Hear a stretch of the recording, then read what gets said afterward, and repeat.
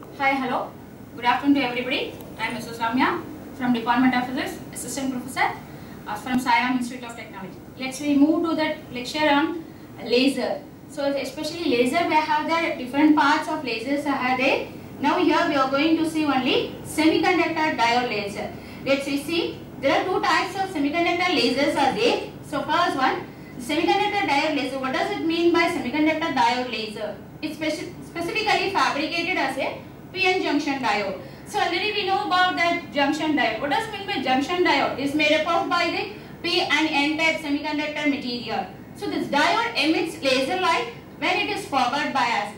So already we might have know about that. There are two types of biasing is there. One is the forward biasing and reverse biasing. So there are two types of semiconductor laser as I already told you. So one is the homojunction semiconductor laser. The next one is the heterojunction semiconductor diode laser. First here we move to the homojunction semiconductor diode laser. If a PN junction is formed in a single crystalline material, that is it's made up of by a single material, is known as a homo. Homo means it represents as single. So then it is called as a homojunction laser. So the hetero means it's been made up of by a two or more than different kinds of material.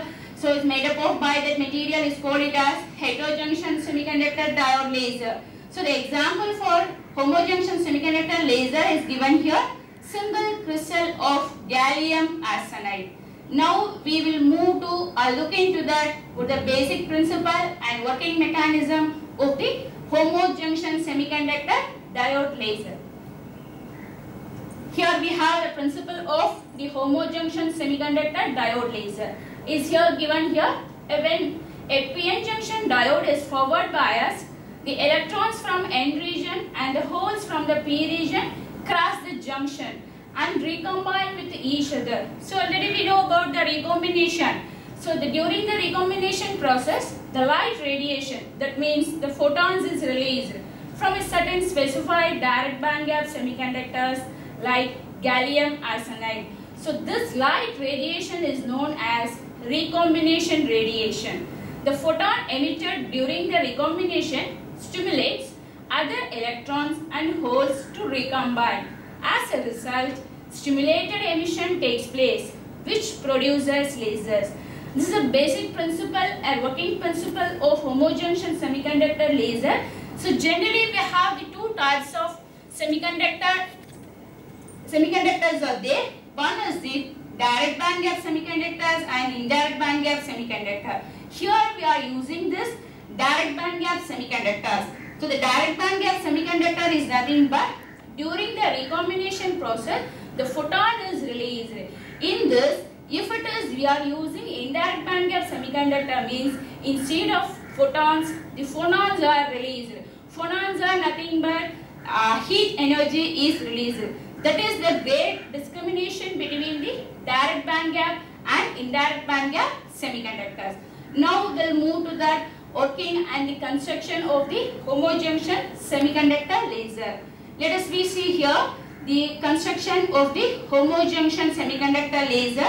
Here we have the material have been made up of by the single material, that is say gallium arsenide, has been doped with the p-type material so that it formed as a p-type semiconductor, and here it has been doped by the n-type material. This gives us as a gallium arsenide will serve as a n-type semiconductor. The combination of both p-type and n-type semiconductor will serve you forms as a PN junction. The yellow layer which are represented serves you as a junction diode, from where we are going to obtain the laser. So in order to getting the laser light, the electrode has been provided in the upper part of the junction laser, and similarly in the lower part, both will be get forward biased. So during the forward bias, the recombination energy will take place.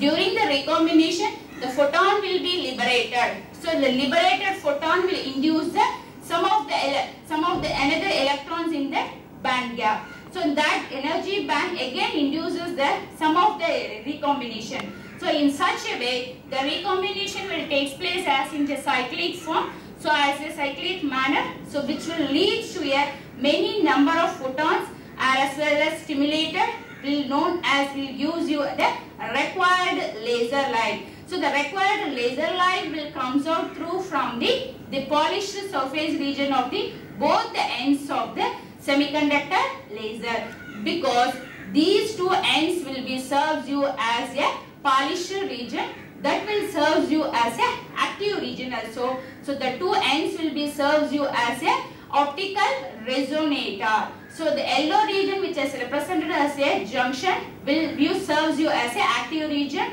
from where the recombination will takes place.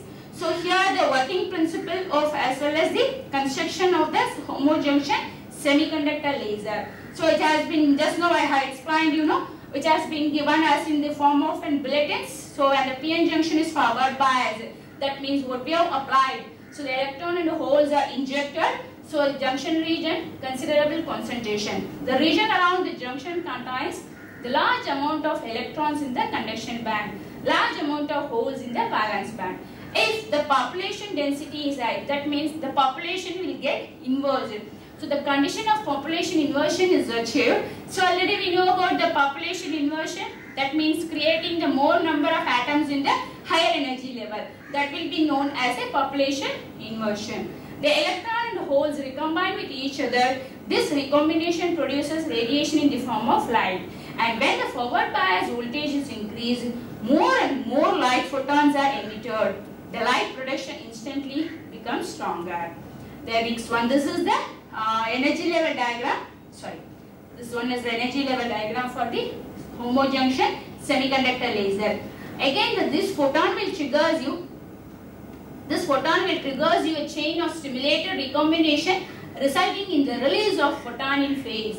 The photons moving at the plane of the junction travel both back and forth by the reflection between two sides, which are placed parallel and opposite to each other and grow in strength. After gaining the enough strength, the laser beam of wavelength about 8400 angstrom will be released. So the energy level diagram is represented.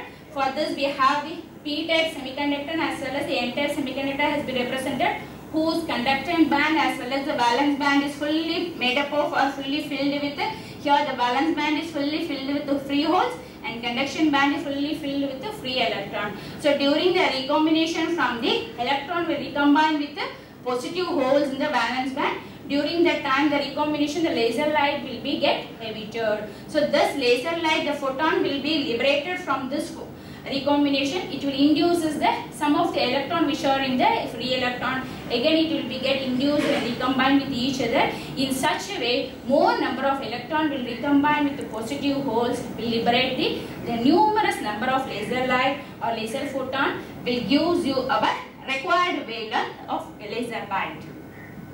The next one is heterojunction semiconductor laser. The principle will be the same. The junction is made up of by the different material in two regions, that is N and P type. Only variation is hetero. What does mean by hetero laser means? It's formed between the two different materials, say gallium arsenide, gallium aluminum arsenide. The principle will be same. The junction diode is forward bias again. The electrons from the N region and holes from the P region recombine with each other. During the recombination process, the light is released from a certain specified direct band gap semiconductor. So the construction of the heterojunction semiconductor has been represented here. We have the 5 different layers are there. So each and every layer is get doped with or fabricated with a different material, such as gallium arsenide is here serves as your P type. The next one we have another one P type, where we doped with the gallium aluminum arsenide. The next one will be serves you as a gallium aluminum arsenide, again will serves you as a N type. So what does the specification here means? Only the third and fourth region will be doped heavily when comparable with the first, second and the fifth region. Why it is so means? Because of these two regions will be going to be serves you as an active region, from where we are going to get the laser light. So the working will be same as like what we have seen in the homojunction semiconductor laser. The working will be also given the same one. The last point I want to discuss with you, that one. So when it forward bias voltage, more and more light photons are emitted and the light intensity is more. The same thing will happen. Again, they trigger a chain of stimulated recombination. As I already told you, resulting in the release of photons in phase. So the photons moving at the plane of the junction travel go back and forth by the reflection between the two sides and grows its strength. Finally, a coherent beam of laser having wavelength nearly 8000 angstrom emerges from the junction region. That's what about the working as well as the construction of the heterojunction semiconductor laser. The band gap diagram has been represented to you for your reference. That's all. Thank you.